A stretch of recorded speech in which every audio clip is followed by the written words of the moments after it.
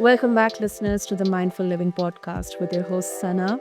Today, we are diving into a topic that affects every aspect of our lives, our identity. Who we believe we are shapes the way we interact with the world, how we handle stress, and even our mental and emotional well being. But what if, listeners, the way we see ourselves isn't actually serving us? What if we could redefine our identity in a way that brings more inner peace, confidence, and success? Now, to help me with this conversation, joining me today is someone who knows all about this, Tameka Anderson. Well, I'll share a bit about Tamika with all of you. She's America's fun coach.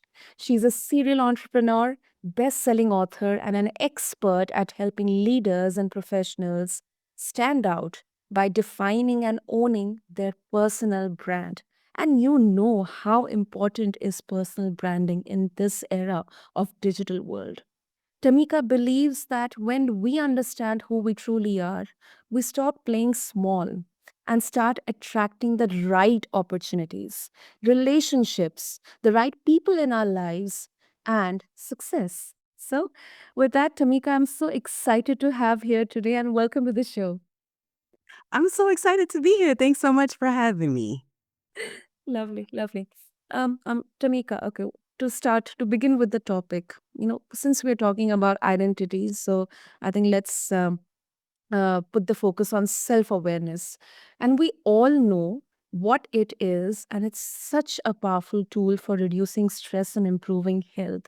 Why do you think it is, and how we can start having self awareness? Oh, that's such a great question. So, self awareness is important because if we are not aware of the gap that lies between who we think we are and Mhm. how we're actually showing up, then this causes all kinds of problems in the middle. Stress, burnout, etc., etc. So learning how to identify who we think we are and how we're showing up in the world reduces all the middleman and the mush and helps us to align with those people, places, and things that are most healthy for us to become our best selves. So that is one of the reasons why it's super important for us to know who we think we are and how we're showing up in the world. Hmm. Effective. Makes sense. Makes sense. Also, Tamika, when we talk about identity, especially for high achievers, many people struggle with imposter syndrome, constantly questioning if they are good enough. I have struggled through that. Anytime, every time I had like 10 years of corporate career. I worked with startups as well. I've directly worked with founders there. In one particular job role, when I joined the first day, I was so anxious whether am I good enough for this role or not? Whether my output will justify the salary I am getting or not? Whether I'll be able to stand up to the expectations of my employer, my founder? Because I was directly working with the person who created this, and it's a whole lot of responsibility. So, how does our identity play into this, and how we can overcome it? Oh, I love that question as well too. So going back to the gap, right? If you think about it and you hold your hands out, I don't know if people can do that, but they can like hold their hands like a goal post. So who we think we are is right here on the left, right? And Okay. who we think the world will accept Hmm. is on the right. This is where imposter syndrome comes in, right in the middle here. Because guess what's happening? Every time we try to come closer and closer to who we think the world would accept, the goalpost changes because we don't know.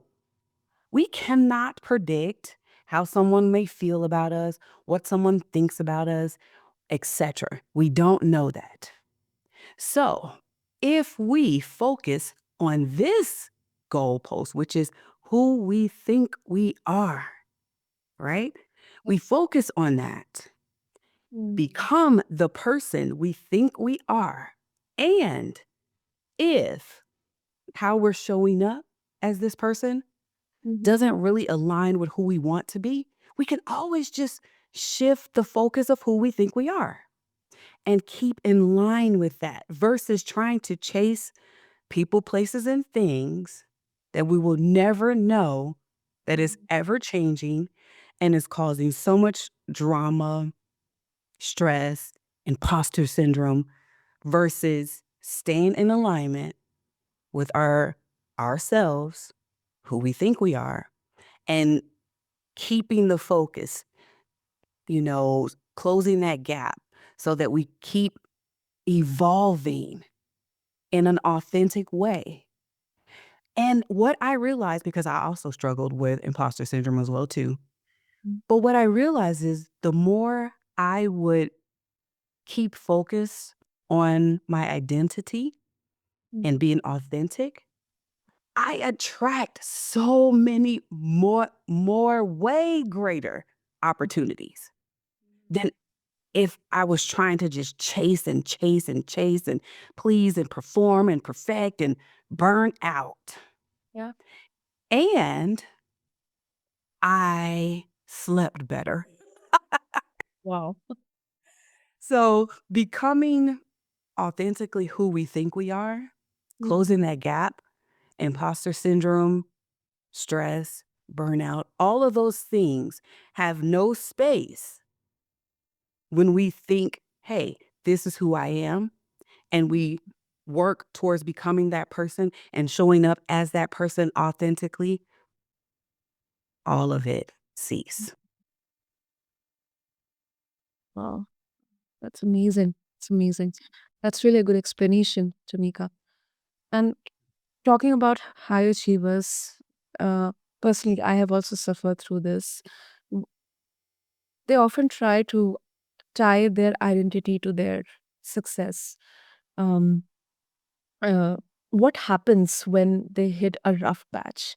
And how can they separate their worth from their achievements? Because I always used to imagine initially that my tangible success, the recognitions, the validations from people who know me, the role I'm performing in my job, the salary I'm getting, all these are more important than my inner feelings or my mental health.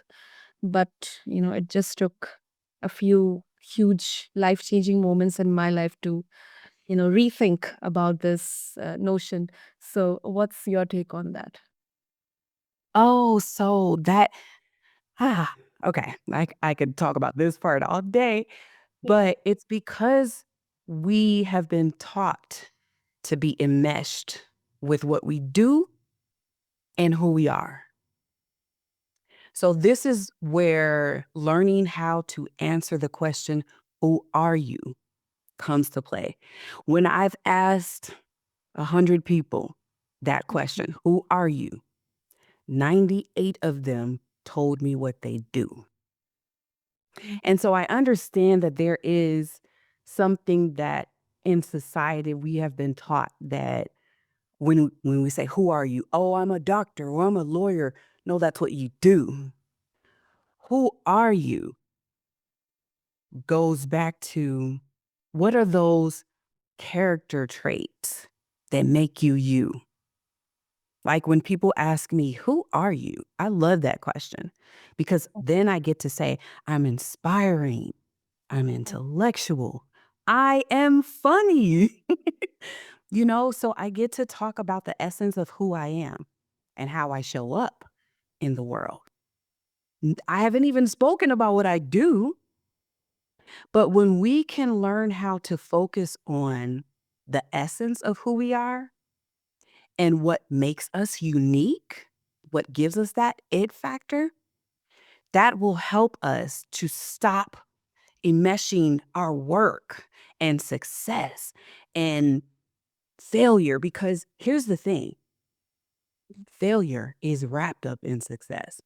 So one of the things that I had to learn the hard way as a high achiever is I had to fail in order to succeed.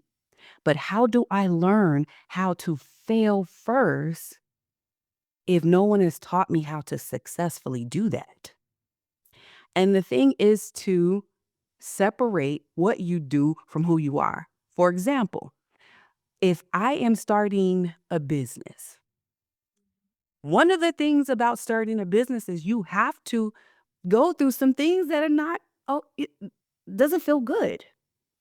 Some things are not going to work. That's just how it is, how it goes. So, how do you not think I'm a failure? I'm worthless. I'm whatever the word it is that people use. How do you separate that? You say this, I'm starting a business, or I'm whatever it is that you're doing. I'm doing this thing, and I know that failure is part of the success. I have to learn however many ways it doesn't work before it works. And that's okay. It has nothing to do with who I am as a person. And then I learned that once you separate those two, like literally separate them, say it out loud, write it down, make sure you get it in your head. Who I am is different from what I do. And that will help imposter syndrome, that will help you from being enmeshed with success and failure. So, Okay. Okay. Also, Tamika, before we wrap up, so in your book, You Are It, you talk about finding your it factor. So, how does understanding our it factor help us in having that, mental clarity?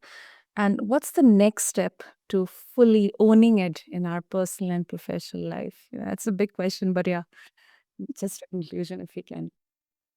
yeah. So, the reason why finding your it factor is so important, number one, is so that you can live authentically. And in living authentically it does wonders for your mental health because when you can show up and walk into a room and instead of thinking, I wonder if they like me, you can walk into the room and think, I like me and their like is extra. Your mental health is transformed in ways you cannot believe. And you will attract those people, places, and things to you that align with your destiny. And this is the part that a lot of people don't like to talk about much. You'll also repel people, places, and things that do not align. People don't like to talk about repelling, but there's two sides to everything. If you attract, you will also repel. That's a good thing. That is a good thing. We have to learn to embrace that. And so when you know your it factor, you know what makes you unique, you know how to stand out in the world, you do not worry about the people, places, and things that you repel. You focus on showing up authentically as you are and attracting those people, places, and things to you that help you become greater. At the same time, you will also, something wonderful happens.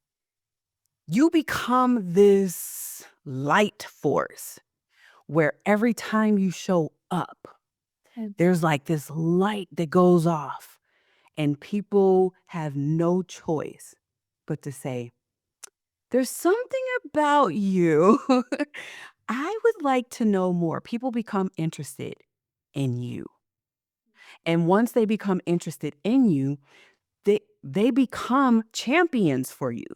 Even if they're not your clients directly, they tell other people about you. I've had so many referrals to my business where I couldn't work directly with someone because they were not my ideal target client, but they have referred me to people. And it's because I show up, and I always say that the extra mile is never crowded. So when you show up and you go the extra mile for people in your authentic lane, Mhm. there's no way that you could ever lose, because even when something does not work out, it actually does work out. And the first step to doing that is to sit down and answer the question, who am I? And definitely, it does require a lot of self introspection to do. And I think our listeners will take this as a takeaway from this conversation. So, before we wrap up, Tamika, if our listeners would wish to connect with you and check out your book, You Are at It, how they can do that? Yeah, so they can just go to the website, youritbook.com, and there's a quiz on there that if you don't know how to totally sink into your it factor, there's a quiz that I have that takes less than 2 minutes, and you can find out your it factor there. Lovely, lovely. We'll have the details mentioned in the show notes. And Tamika, what an inspiring conversation in such a short period of time. I think your insights on how identity shapes our well being, success, and stress levels, they are so inspiring. So, thank you so much. Thank you so much for having me. Great. And listeners, if today's episode has resonated with you, I encourage you to check out Tamika's book, You Are It, and also explore her work in helping professionals, entrepreneurs build their confidence and personal brand. And thank you to everyone for tuning into the Mindful Living. If you found value in this episode, please don't forget to subscribe to us, leave a review, and share this with someone who needs to hear it. Until next time, remember living mindfully starts with knowing who you truly are. See you soon. Thank you.